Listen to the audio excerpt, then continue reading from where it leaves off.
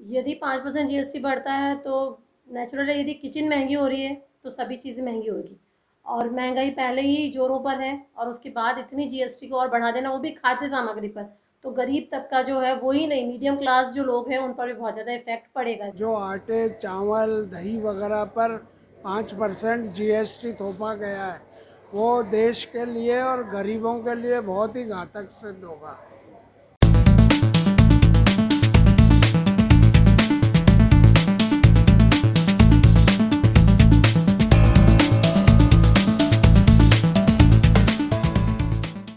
वित्त विभाग के द्वारा जारी जो हुआ है नोटिस, उसमें सीतारमण जी ने बताया है कि दाल, गेहूँ, चावल, पनीर और जितने सूखे मसाले हैं उन सब पर 5% जीएसटी बढ़ गया है। यदि 5% जीएसटी बढ़ता है तो नेचुरली यदि किचन महंगी हो रही है तो सभी चीज़ें महंगी होगी।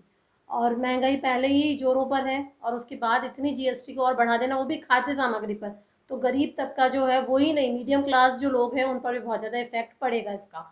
और इन्होंने कहा है कि हम 25 किलो से ज़्यादा पर जीएसटी नहीं लगा रहे हैं, तो उसका मुझे कोई औचित्य नज़र नहीं आ रहा।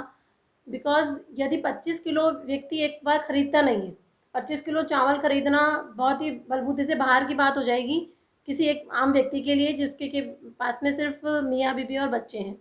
तो छोटे परिवारों के लिए, और आपको पता है कि अभी जो है सभी फैमिलीज न्यूक्लियर है, तो उनके लिए 25 किलो खाद्य सामग्री एक साथ रखना, उसका स्टोरेज, इतनी जगह नहीं होती घर में। और इस तरह की जो जीएसटी ये बढ़ाई गई है 5%, ये 5% जीएसटी बढ़ाने पर कल यदि भविष्य में हम देखें तो ये हो जाएगा कि जो गरीब को कहते हैं कि दाल रोटी, वो भी गरीब की पहुंच से बहुत बाहर हो जाएगी।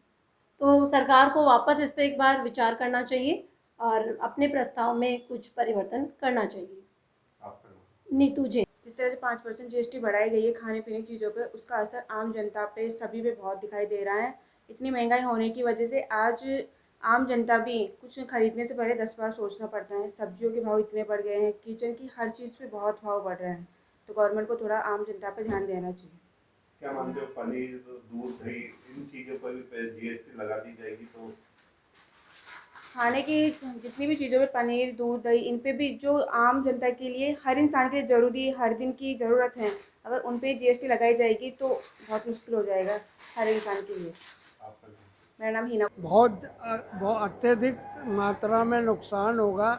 जो आटे, चावल, दही वगैरह पर 5% जीएसटी थोपा गया है, वो देश के लिए और गरीबों के लिए बहुत ही घातक सिद्ध होगा। गरीबों को किस तरह से कमाई टूट जाएगी? पहले ही 2 साल से गरीबों की। पहले ही गरीब लोगों को डीजल पेट्रोल महंगा होने से, हर आवागमन के साधन महंगे होने से, वैसे ही गरीब की कमर टूटी हुई है।